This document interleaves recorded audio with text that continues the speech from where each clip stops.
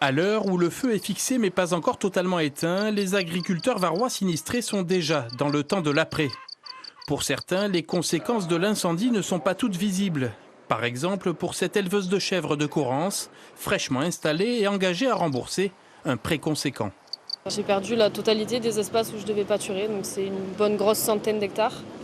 En matériel, j'ai pas de perte, j'ai eu de la chance comparé à certaines personnes. Maintenant, c'est en termes de production. Voilà, j'ai des chèvres qui produisent plus, j'en ai d'autres qui produisent à moitié.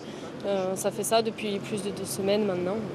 Également pour cette maraîchère installée depuis 2007 dont les terres n'ont pas été touchées, mais pour qui l'impact financier a été immédiat et conséquent. On a perdu une grosse partie de notre chiffre d'affaires.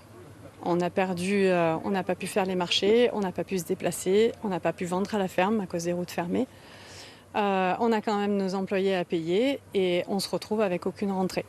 Un dispositif d'aide à la trésorerie et des outils de financement sont indispensables. Sans mesures d'urgence d'accompagnement économique, les agriculteurs impactés assurent qu'ils ne pourront pas se relever de cet épisode dramatique. Le préfet du Var se veut rassurant. L'impératif, c'est de se signaler. C'est notre engagement qu'on a déjà pris et qu'on réitère aujourd'hui, de tout faire pour que les sinistrés qui ont été traumatisés par cet incendie et dont le traumatisme continue parce qu'il y a des pertes économiques, soient soulagés dans le quotidien et des perspectives de rebond.